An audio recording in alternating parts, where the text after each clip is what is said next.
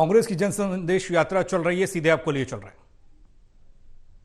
खड़गे जी का संदेश लेकर आई। राहुल गांधी जी कन्याकुमारी से कश्मीर तक 3,500 किलोमीटर पैदल चले। धूप में, बारिश में, आंधी में, सूखे में, गीले में, बर्फ में, समुद्र से लेकर पहाड़ की हिमालय पहाड़ की चोटियों तक चले और अब 6,500 किलोमीटर की यात्रा फिर कर रही है। भारत जोड़ो न्याय यात्रा और कांग्रेस संदेश यात्रा का लक्ष्य क्या है? कई पहलुओं पर तुम्हारी शैलजा जी वो आपको इसके बारे में बताएंगे। पर भारत जोड़ो यात्रा का, कांग्रेस संदेश यात्रा का एक लक्ष्य हरियाणा और देश के किसान की व्यथा को उजागर करना भी। गूंगी और बहरी सरकारों को, जिनको हरियाणा के किसान की चित्कार सुनती नहीं, जिनको हरियाणा के नौजवान और मजदूर गरीब की आवाज सुनती नहीं, खट्टर साहब और दुष्यंत चौटाला जिन्होंने अहंकार के गड्ढे अपने कानों के अंदर डाल रखे,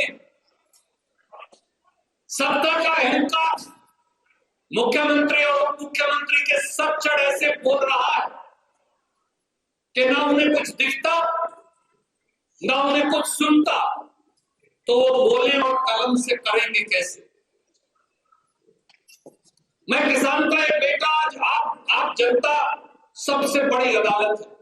कोई राजनेता, कोई सरकार आपसे बड़ी नहीं। भगवान की अदालत और जनता की अदालत बराबर है।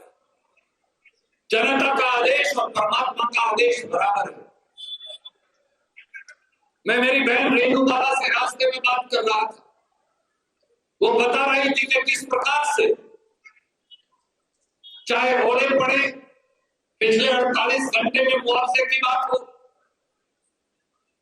चाहे हाल में जब बाढ़ आई, पूरे यमुनानगर जिले में जो प्रकोप हुआ, प्रकृति का जो विनाश हुआ, जिस प्रकार से किसान का उजाड़ हुआ, उसके मुआवजे की बात हो, चाहे किसान को फसल की कीमत की बात हो, चाहे किसान को उचित दाम पर उसके एग्रीकल्चर इनपुट देने की बात हो, चाहे किसान के डीजल की कीमतों की बात हो, हर बार अगर किसी पर मार पड़ती, उसकी जात कोई भी हो, वो हिंदू हो, मुसलमान हो, वो गुज्जर हो, राजपूत हो, जाट हो, ब्राह्मण हो, दलित हो, बैकवर्ड हो, हर बार जब मार पड़ती है तो किसान और खेत मजदूर पर पड़ती है।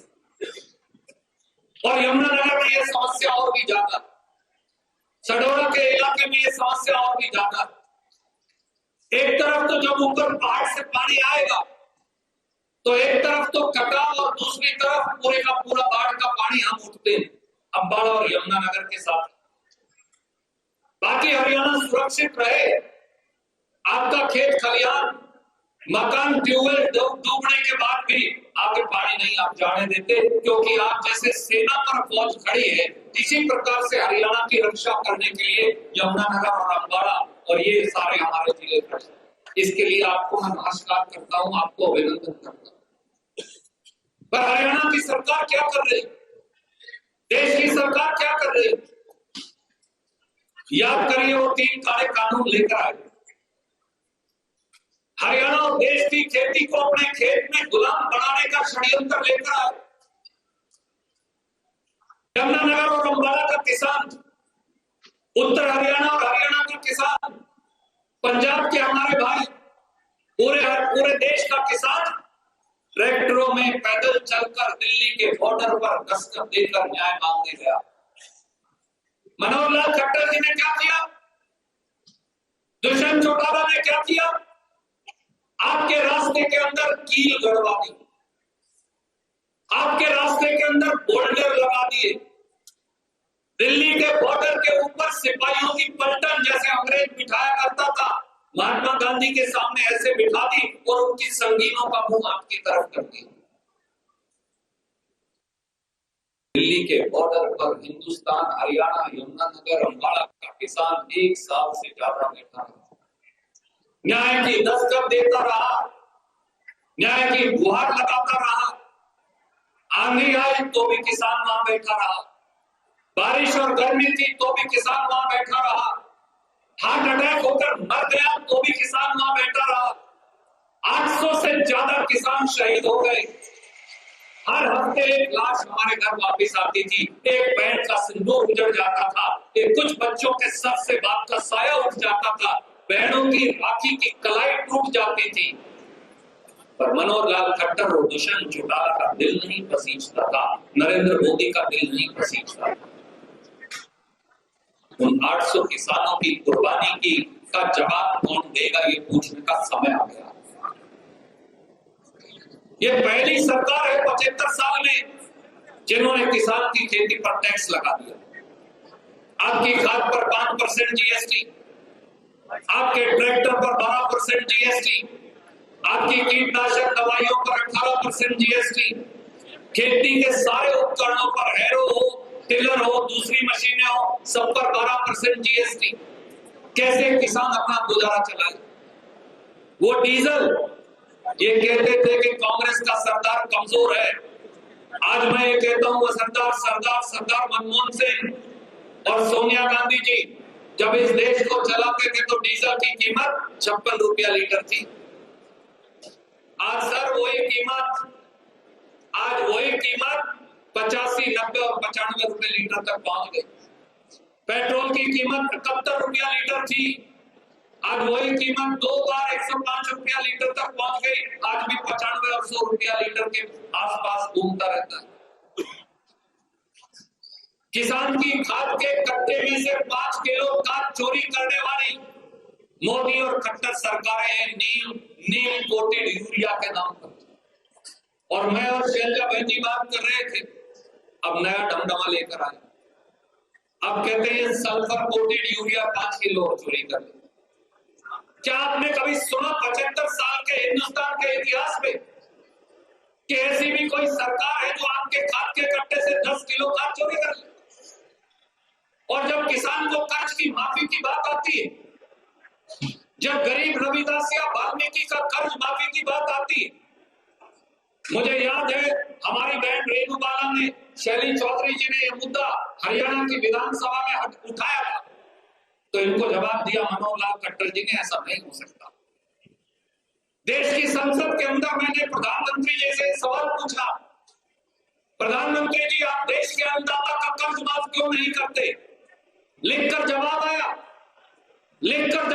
देश के प्रधानमंत्री का, किसान का, गरीब का, मजदूर का कर्ज माफ करने के लिए हिंदुस्तान की मोदी सरकार के पास पैसा नहीं है।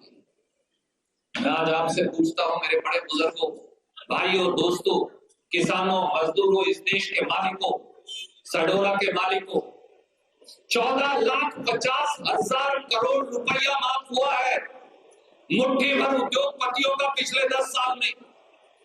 अडानी का पैसा माफ हो सकता है, नीरव मोदी जो देश का भगोड़ा है उसका पैसा माफ हो सकता है, विजय माल्या जो देश का भगोड़ा है उसका पैसा पंजाब नेशनल बैंक माफ कर सकता है, संदेशरा जो 13,500 करोड़ रुपया लेकर भाग गए उनका पैसा माफ हो सकता है, पर सडोरा के छोटे से किसान का 25, 50, 75,000 रुपया माफ नहीं। ये कैसा देश, ये कैसी सरकार है?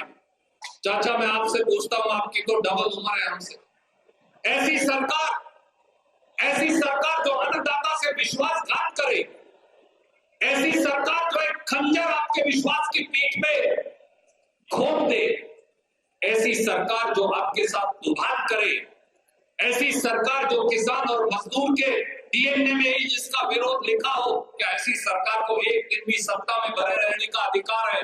जवाब दीजिए, जवाब आपको देना पड़ेगा। और अगर आपको ये लगता है कि शैलजा जी, रणदीप सिंह सुरजेवाला, हमारी बहन रेणु बाला, भाई रामकिशन, प्रदीप चौधरी, शमशेर गोगी, शैली चौधरी, हम सब ये लड़ाई, हम सब किसानों की, मजदूरों की, गरीबों की ये लड़ाई कांग्रेस न्याय यात्रा के, कांग्रेस संदेश यात्रा के माध्यम से सही तरीके से लड़ रहे हैं, तो एक बार ठंड के इस मौसम में ये मुट्ठी उठाकर जवाब दीजिए।